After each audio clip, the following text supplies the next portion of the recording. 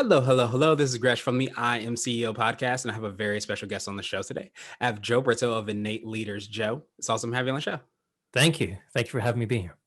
Definitely super excited to have you on. And before we jumped in, I want to read a little bit more about Joe so you can hear about all the awesome things that he's doing. And Joe's the founder of Innate Leaders. He's a psychological coach, mindset consultant, writer, and thinker. Joe has worked with a wide range of entrepreneurs and leadership teams across the nonprofit, public, and private sectors. His grounding in experiential learning, along with his studies in literary theory and psychological coaching, has allowed him to create a unique methodology that has successfully facilitated sustainable results for a range of organizations, including Lockheed Martin, NASA, Coca-Cola, and Intel. Joe's passion for his work comes from a personal belief that when mindset shifts, everything shifts. Joe, are you ready to speak to the IMCO community? I am. Awesome. Well, let's do it then. So to kind of kick everything off, I wanted to rewind the clock a little bit, hear a little bit more on how you got started, what I like to call your CEO story. So the CEO story. So for me, I guess it begins in 2008. So, while the rest of the world was reeling from a financial meltdown, I was reeling from one of my own, a personal meltdown, because I was going through a nervous breakdown. And that's not fun for anyone. And I wouldn't recommend it to anyone. And I wouldn't wish it on anyone. But for me, it was, it was a turning point, because up until that point, so since around 2000, I'd been a management consultant, a leadership trainer, and I'd been doing these things. And then when I fell into a breakdown, you start to reevaluate everything, and you start to rethink what you're doing with your life. And one of the things, obviously, I was rethinking was what I did for a living. And it really bothered me that the work that I'd been doing, maybe was cool and maybe was fun, but it didn't have a long-term effect. And I knew that because I would contact clients and I would say to them, so, how did that work go that I did for you 3 years ago? And they would say, it was great. And I'd say, what's the long-term effects? And they'd say, well, none, but it was great. And it just wasn't enough for me. And I started to think about, how do you create change? And I was specifically thinking about, how do you get out of a nervous breakdown? And I was really looking at what needs to change before you start to emerge from this place. And it took me 2 years to emerge from it. And what I started to realize is the thing that needs to change is the way that we think. That if we're thinking the same thing over and over again, not only does that reinforce a breakdown, but it makes it impossible to get out of. So as I started to kind of figure out, you might say, how do you get out of a breakdown? I also started to figure out, how do you create a long-term sustainable change? And obviously that's in the way that we think. And as I started to do that, I started to develop this work that I call the 6 attributes of a leadership mindset. And when I first had it, I was lucky enough to be working with a couple of businesses who I'd known before, but were willing to try this new approach with me. And that really was the beginning of Innate Leaders, because as I started to try this approach, I saw that it worked, and I saw that it worked in businesses, and it did create a long-term change. And then we went from there to working with larger businesses, to different businesses, and we grew from there. Yeah, that's extremely powerful. I appreciate you for sharing that, so much, and, being vulnerable to be able to share that, because I think so many times we don't realize how, powerful our minds work, the brains are, and what happens to our lives. And understanding to really make what it sounds like true foundational change, it requires really kind of looking at that. And it sounds like making changes and adjustments based off that to really see not just a change for a day, but long lasting change, which I imagine these organizations and people want to be able to do. Yeah, that's exactly right. And you're entirely right, Grish, as well, because it's not something that you enter into lightly. If a person starts to do mindset work, they're already saying something special about themselves. They're already saying, I can see that there's a route through. I just don't know what that route is. And I'm willing to look at me as being the vehicle that is making whatever I'm trying to do difficult. That's just think about that for a minute, about what does that say about someone who is willing to go, yeah, do you know what? I can see that maybe I'm part of the challenge here. So I'm always really grateful to work with people like that because it means that our work will be meaningful on more than one level. Yes, we'll affect whatever change we need to in the business, but maybe even more important than that, we're affecting the way senior teams, CEOs um, want to run their business. And then for me, that means that you help and shift enough businesses that you start to change the world. And that's to me what this is all about. Yeah, absolutely. And I love that you were able to kind of make that shift, yourself from, Mm. the work that you did previously, and then, kind of pivoted and adjusted into this, because I think you're absolutely right, where especially if you're talking about the mindset work, you make that impact, on whatever somebody might come and talk to you about in search of what they're trying to reach as far as goals. But I think it starts to manifest itself in the leaders, the teams, the families within the teams, the Sure. leaders itself, family. It just starts to really manifest itself in so many different ways. So you That's do right. truly make that impact.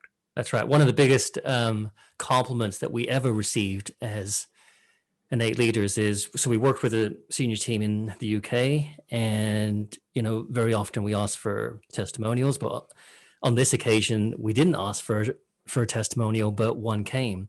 And the one that came was this lady who said to us, I found this work personally powerful, and I found it so powerful that I thought it's really something that we can use to navigate our way through life. So I've started to teach it to my children. Mm. And I was just, okay, that's the highest compliment we could possibly ever get. Yeah, absolutely. You get to inspire and impact the future generation as well too, which is definitely Yeah. something that's Yeah. extremely exciting. And so I wanted to drill down. I know we touched on it a little bit. Could you take us through a little bit more on how you work with your clients, how that process goes, and what you feel kind of maybe even sets you apart as well? Yeah. So the way that we work is we're kind of fortunate in that you can talk about strategic direction, or you could talk about change management, or building cohesive teams, and all of those things are things that we do. But we do it from, I think, a unique perspective of what is the thought process that is going on. So let's say if somebody has a challenge, and let's say it's a strategy problem. And I think a lot of people right now, in the land of COVID, are Mhm. thinking about strategy, or thinking about how do we grow our business, or how do we recover our business even. And one of the things that we do is we don't start with that challenge. We start with how are we thinking about that challenge. So we typically begin by exploring and introducing, through some kind of fairly light-hearted games, you might say, which we can even do on Zoom, uh, things that kind of stretch our thinking in the areas of the six attributes. So that's flexibility of mind, genuine curiosity, enterprise thinking, growing leaders of others, mindfulness, resilience. And we're playing these games to kind of pull people out, you might say, from their own usual way of thinking, from their worldview, is what we often say, and kind of push the limitations, and sometimes even see the limitations of our way of thinking. And then once we do that, our second step is to then go, so now that we have this shift in thinking, now that we have a different perspective, what would it be like if we applied that shift in perspective to the challenge that they normally called us for in the first place? And what that does then is it means that we look at the challenge from a different angle, and from a different angle, we can now see things differently. We can see possibilities that we didn't see before. We can see ways of doing things that we wouldn't have even dreamed about before. And that means that we can now see a different route through. So then what we do, our third step, if you like, is then we say, so what would it look like to operationalize that new point of view and that new solution? So then we design a way to operationalize it. We help a team develop an implementation plan, and then from there they can kind of run with it themselves. So our kind of USP, you might say, is that because we help people think differently, we help them solve the challenges of today that are right in front of them, but also the challenges coming down the road that they didn't even know were around yet. Because once you think differently, like you said in your introduction, once you think differently, everything is different. Yeah, and that's extremely powerful. And the reason I believe that that's so powerful, because it kind of sounds like you're empowering the leader as well too, to be able to not obviously, come up with that different perspective and different way to look Mhm. at things. But as you said so well, it kind of sounds like once you start to realize, I think that maybe we're extreme, I don't want to say closed-minded, but we're not thinking as expansively as we could think about certain issues and Mhm. certain things and problems. It's something that it sounds like a muscle you start to work out, and you're able to use it in so many different ways. Yeah, that's exactly it. And it's not that it's a, like it's not a bad thing that we think a certain way. Everybody does, and Right, everybody has a right. worldview, and there's nothing wrong with that. It's not like a bad thing, and it's not like a thing that we should shun. We all have a worldview. The challenge really comes about with, does this worldview help me in the challenge that I have right now?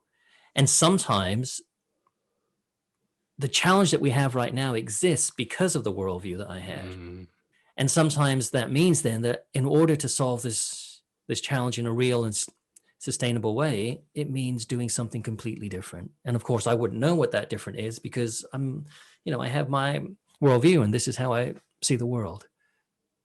yeah, that's extremely powerful. And sometimes we hear the phrase that in order to reach that next level, to level up, whatever that might look like or whatever that Mm. might be, you have to, whatever got you to where you are, made you one person. You have to kind of shed that, so to speak, and to become that new person or have that new mindset or perspective to That's take it to that next level. So it sounds that's like ex- you're doing that. that's exactly it. That's precisely it. Hmm.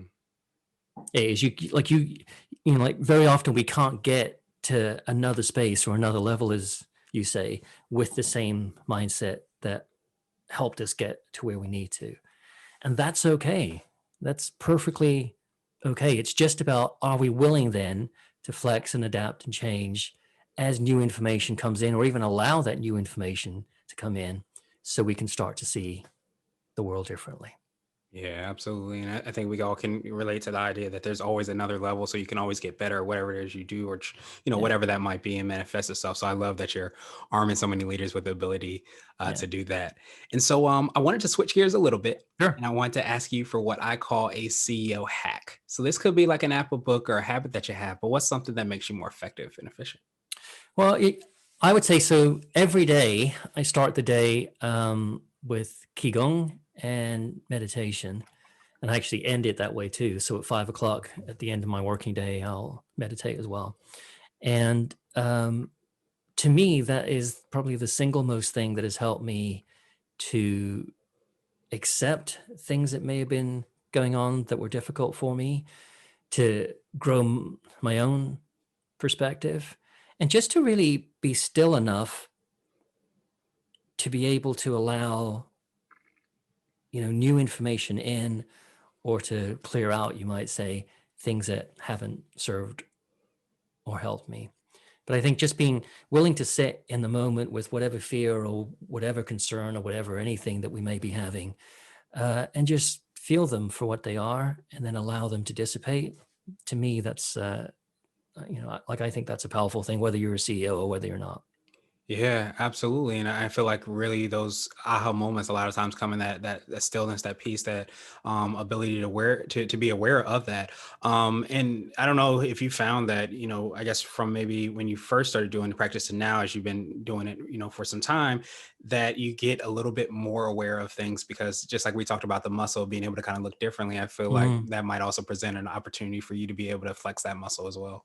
Sure. One of the things that I got, from I've been practicing for years now. One of the things that I got was, everything matters, but often not for the reasons that we think. Mm, So if we're in this difficult time, maybe we're thinking, hey, like, this business problem is really important and I need to solve this business problem. But that's the challenge, and it matters, but not for the reason that I think. So it doesn't matter because I need to solve this business problem. It matters because in the way that I solve it, I get to say something about who I am as a person. mhm. Yeah, that's extremely powerful. And going back to, the perspective and the mindset, I think so many times we get stuck on this happened to me for this exact reason. But if we start to switch that and look at that in a different perspective, there might be that reason, or maybe even an underlying reason that's even deeper on why that happened and what we can kind of get from that. Yes, exactly.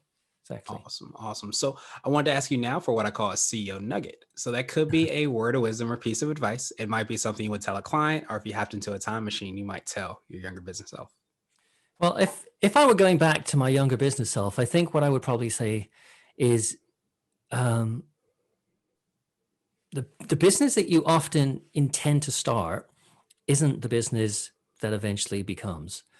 And I would tell my younger business self to allow that process to happen, to allow the idea and to allow the business to evolve. I remember like when I was uh, younger, this is my third business. So in my first business, I was a recording engineer, and I used to work on albums and this and that. And I had this very, very precise idea of what I wanted to do and how I wanted to do it.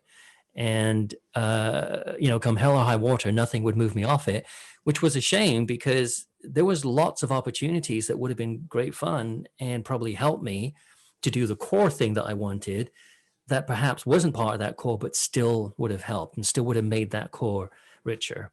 And even now, like in 2008, when I started Innate Leaders and we started to kind of grow the business, I had some ideas on the kinds of things that we could do in the way that we do it.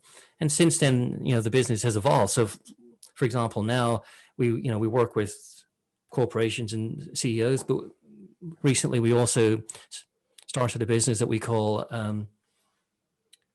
Leadership Mindset for Life, which is about individuals and helping them grow their mindsets to use it as a vehicle to navigate our way through life. And when I started, I would never have thought any of those things were likely to happen. If I held on tight to it, which I did at the start, it just makes what is going to happen anyway so much harder. Yeah, that makes so much sense. And, I think so many times as leaders, we have to kind of remind ourselves, I definitely being one of those people that, we get so attached to the how instead of the why we're doing what we're doing, Yeah. and not so stuck on the manifestation of what it looks like. Because as you said, with the first business, the engineering and being able to kind of do that, there's other, opportunities that might have been equal to, if not better than the excitement that you had and the reward that you got from doing that. But I think we so many times get stuck on this is how, it's going to happen, and ignoring the changes, the adjustments, things that happen in the world that allow us maybe other opportunities in the future. Yeah. And that's a really nice point about the things that are going on in the world, because we don't live in a vacuum and we don't happen in a vacuum. And I think that if we get very, very focused, and I have to admit, this is what I was doing for years, that Too. Me too. if we're very, very focused, then then it's more like we're trying to wrestle the world to our will, rather than go, what does the world need? What does the business community need? How can I provide that? Do I have the skill or the ability or the whatever it takes to provide what is wanted versus what I want to provide? Yeah, absolutely. Be like water, as Bruce Lee Yeah, said. Just continue to kind of move along with the waves. The way yeah, things are changing, you can still have a big impact, if not a bigger impact, sometimes if we do that. exactly. There's something about being humble, I think, right? Yeah. That like sometimes as a CEO or as a founder, you think I've got this idea and it's going to save the world, and we're kind of marching toward it. But there's a humbleness that comes from going, so this is my idea. This is what the world needs. Is there a way for me to blend and adapt what I'm doing to serve a need? Yeah, absolutely. And that brings a lot of, creativity and that opportunity to create new, solutions to problems. But I love that you said that, because I was thinking of the humility of the people that you mentioned that you work with as well too. The openness to having the ego to believe that you can build a better mousetrap, but at the same time understanding that there's limitations to who we are and what we can do, and Exactly. sometimes how we see things, and be able to kind of take a step back and ask for help or get, a further insight, and understand that we don't know all the answers. That's extremely powerful. Yeah, that's exactly right. There's a type of person that I work with, because as you can imagine, if you're working in mindset, not everybody is going to invite you through the door, because lots of people Right. think, hey, there's nothing wrong with my mindset. I don't need any help with that. Yeah. So the kind of person that we work with is what I call an enlightened leader. And they're the person that you just described. They're the ones who say, yes, I want to get somewhere else. I just don't quite know how. What can I do? And especially the leaders who are willing to admit that maybe I have a role in what is going on here. Maybe it's not moving in a direction that I want, and maybe that has something to do with me. Yeah. And those are powerful people, on more than one level. They're humble, yes, but because of their humility and because of their willingness to try something else, they do amazing things. So I've been really fortunate to work with them. Yeah, absolutely. If you want to change the world, change yourself, and that's a great reminder. I love that enlightened leader, phrase, that you get to work with. And so, I want to ask you now my absolute favorite question, which is the definition of what it means to be a CEO. And we're hoping to have different quote unquote CEOs on the show. So, Joe, what does being a CEO mean to you? Well, I think what it means to me is being at the helm of my own life, and to decide for myself what I want to do and what I don't want to do. And then to meet some really incredible people, because there's some amazing people that work with me and innate leaders, like Ruth Morris is one of them. Sylvie Managuri is another. They're these amazing people who you get to meet because you're standing up and saying, this is what I stand for. And then as a result of that, people come along and go, actually, I like that. I'd like to play along too. And they're not doing exactly what I'm doing because they're different people, but they're doing there's enough of a synergy, and there's enough of a connected vision that makes us go, hey, let's walk this road together. Yeah, absolutely. And I'm a true believer in a lot of times when you step into your brilliance, step into, what makes you who you are, our uniqueness, our zone of genius, however we might phrase it, it also reminds so many others of those around us that they can do the same as well too. And as you said so well, is there's often that opportunity where those things align, they overlap, they're maybe not exactly the same, but you could create so many win-win-win opportunities, the more people you can get around. And that's when things really, I think, in my opinion, take off. Yeah, that's right. Because I think like the point of being a CEO isn't that I know all the answers and everybody do what it's not that at all. And like, I think most people know that. Certainly all of the enlightened leaders that I work with know that. Mhm. And I think that the cool thing about being the CEO is you get to go, what can we create? And because nobody has to go, is it all right if we do? Because when you're the CEO, everything is possible. And I think that's kind of what I mean about being at the helm of my own life, that you don't have really anybody to answer to who says no, like we don't approve. You have like the people on your team, and they're the ones who check you to a certain extent, right? So if I have like a ridiculous idea, they'll tell me, and that's great. And then we'll work together to go, what's the bigger idea? What's the better idea? But having that space is, I think, what I value most about being a CEO. Yeah, absolutely. That space is definitely everything, and be able to create that culture that, Mm. cultivates that is absolutely huge. But I love that phrase where you said, everything's possible when you start to realize that you can, create that dent in the universe, so to speak, is really when things, become truly phenomenal. So Joe, truly appreciate that definition, and I appreciate your time even more. What I wanted to do is just pass you the mic, so to speak, just to see if there's anything additional you can let our readers and listeners know, and of course, how best they can get a hold of you and find out about all the awesome things you're working on. Sure. Well, the easiest way to get hold of me is through the website. So that would be innateleaders.com. You can email me too, Joe at innateleaders.com. There is, so the thing that I think that I'd like to share is that I think that the whole idea about mindset is fundamentally important, because there's lots of people talking about mindset, and it's almost like a buzzword, and that's a shame, because to me, mindset is fundamentally how we shift everything. So it means that not just shifting the way that we navigate ourselves through life, but it's how we solve the intractable problems of the world. So things like climate change, things like uh, challenges around systemic racism, or any kind of challenge at all, begins with, we have a certain way of looking at the world. And if we've held on to that worldview or that mindset for long enough, it becomes entrenched and it becomes systemic. And now it becomes difficult to do anything else. And that's true if we're in a business, if we're a country, if we're an individual. So there's something truly, truly powerful about being willing to examine the way that we think. And